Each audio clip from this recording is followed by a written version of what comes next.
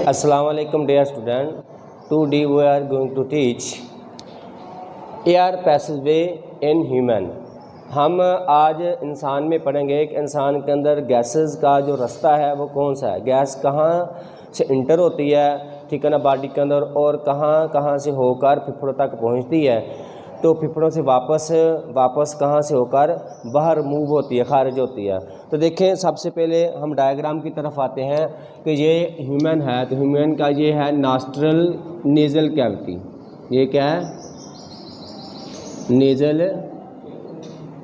Cavity. Nasal cavity open होती है बाहर की तरफ को, इसको हम कहते हैं नॉस्ट्रल, इसको हम कहते हैं एक्सटर्नल नॉस्ट्रल। क्या कहते हैं? External nostril.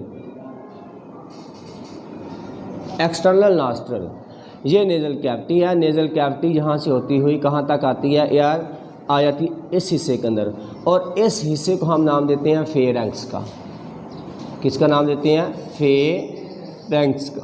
फेरेंक्स के बाद जो एयर होती है वो दाखिल हो जाती है कहाँ? ग्लाटस में। इसको क्या नाम देते हैं? ग्लाटस को। ये क्या है? ग्लाटस। ये ग्लाटस है, ठीक है। ग्लाटस से एयर कहाँ चली जाती है? यहाँ आगे ट्रेकिया में। कहाँ चली जाती है? ट्रेकिया में। ट्रेकिया में। ट्रेकिया से एयर इंटर होती हुई कहाँ पहुँच जाती है? यहाँ पहुँच जाती है। ये वाली जो ट्रेकिया है दोनों फेफड़ों में जाके तकसीम होती है, दोनों फेफड़ों की तरफ ये वाली डक्ट जाती है, तो इन दोनों डक्ट्स को हम नाम देते हैं ब्रोंकाई। किसका नाम देते हैं? ब्रोंकाई का। तो एयर चली जाती है ब्रोंकाई में। ये ब्रोंकस, ये भी ब्रोंकस, इन दोनों को ब्रोंकाई कहते हैं। ब्रोंकाई जो है इससे आगे जो नाली एयर जाती है वो कहाँ जाती है? ये आगे ब्रोंकाई जब मज़ीद डिवाइड हो जाती हैं तो इनको हम नाम देते हैं ब्रोंक्यूल्स का। ये वाली जो ये वाली एयर है जो जा रही है आगे, हम इन आगे जाकर मज़ीद तकसीम हो जाती है, इन नालियों को हम नाम देते हैं किसका नाम? ब्रोंक्यूल्स का। इनको नाम देते हैं ब्रोंक्यूल्स। ब्रोंक्यूल्स आगे जाके जब मज़ीद डिवाइड होती है, आगे जो नाली बन जाती है, उन नालियों को हम नाम देते हैं एल्वोलर डक्ट का। ब्रोंक्यूल से जो आगे नाली जाती है उसको हम नाम देते हैं alveolar duct. Alveolar duct. Alveolar duct जो है वो कहाँ इंटर हो जाती है? एल्वोलाई में। कहाँ इंटर हो जाती है? एल्वोलाई, ठीक है। इस तरह से हम कहते हैं जो एयर है वो, ये एयर का रास्ता है कि सबसे पहले एयर बाहर से एक्सटर्नल नॉस्ट्रल के ज़रिए इंटर होती है नेज़ल कैविटी में, और नेज़ल कैविटी से फिर जाती है ये कहाँ? ये देखें, नेज़ल कैविटी से ये अंदर की तरफ को दाखिल जब होती है नेज़ल कैविटी, तो यहाँ भी एक नॉस्ट्रल बनता है, इसको हम नाम देते हैं इंटरनल नॉस्ट्रल। इसको क्या कहते हैं? Internal nostril. इसको क्या कहते हैं? Internal nostril. इंटरनल नॉस्ट्रल से एयर कहाँ चली जाती है? फेरेंक्स में। ये क्या है? फेरेंक्स। फेरेंक्स के एयर से एयर कहाँ जाती है?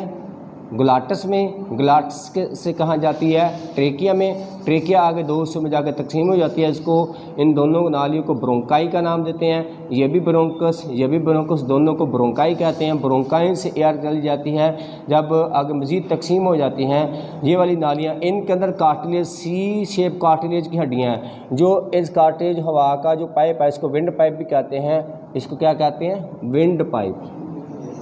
विंड पाइप, हवा का पाइप का नाम देते हैं, ठीक है ना।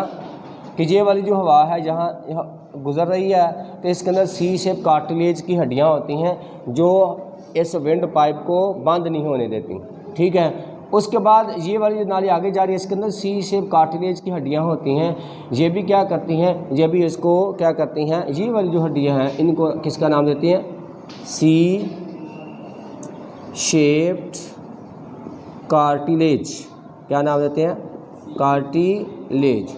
इनका क्या काम है? इनका काम है कि जो विंड पाइप है, जो हवा की नालियाँ, इनको बंद ना होने देना, इनको कोलैप्स नहीं होने देना, ठीक है ना।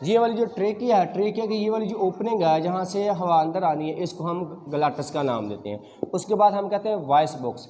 ये वाली जो लेयरैंक्स है, लेयरैंक्स के अंदर क्या होती हैं, यहाँ रेशादार पट्टियाँ होती हैं, ठीक है ना, तो उनको हम नाम देते हैं वोकल कार्ड्स का, वोकल कार्ड्स।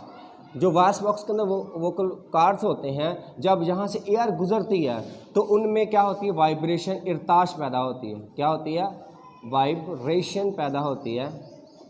वाइब्रेशन से जब पैदा होती है तो उससे क्या पैदा होती है, साउंड।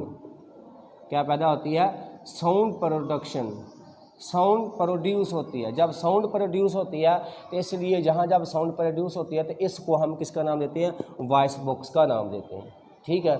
जब जहाँ हड्डियों के ऊपर से वोकल कार्ड से हवा गुजरती है तो इसमें वाइब्रेशन होती है, तो कोई भी चीज़ जब वाइब्रेट करती है तो उससे आवाज़ पैदा होती है। जिस तरह हम कहते हैं, देखें इसमें आवाज़ पैदा हुई तो ये वाइब्रेट किया तो इसमें आवाज़ पैदा हुई है, इसलिए हम लेयरैंक्स को क्या नाम देते हैं, वॉइस बॉक्स का नाम देते हैं। तो आगे है ट्रेकिया एंड ब्रोंकाई। जो ट्रेकिया है और ब्रोंकाई है, इनके अंदर क्या होते हैं, सी शेप कार्टिलेज होती है। जो सी शेप कार्टिलेज है, जो सी शेप ये वाली जो कार्टिलेज है, ये इसका क्या काम है, इसका काम है कि ये वाली जो विंड पाइप है या ट्रेकिया है, इसको कोलैप्स होने से बचाना। इनका क्या काम है, प्रीवेंट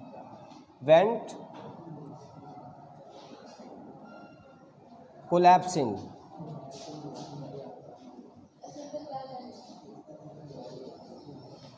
कोलैप्सिंग, ठीक है ना। इसका काम है हवा की ट्रेकिया जो है इसको बंद होने से बचाना। उसके बाद हम आते हैं ब्रोंक्यूल्स का।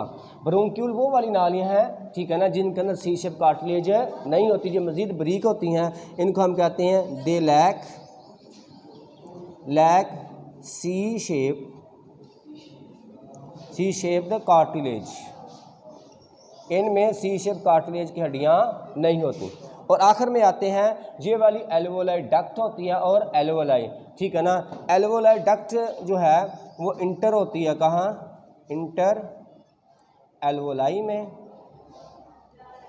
और एल्वोलाई क्या करती है, एल्वोलाई के अंदर क्या होती है, चेंजिंग होती है, गैस एक्सचेंज, गैसेस एक्सचेंज।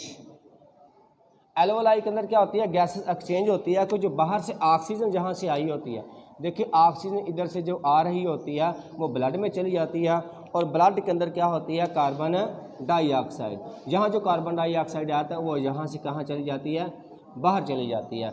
इस तरह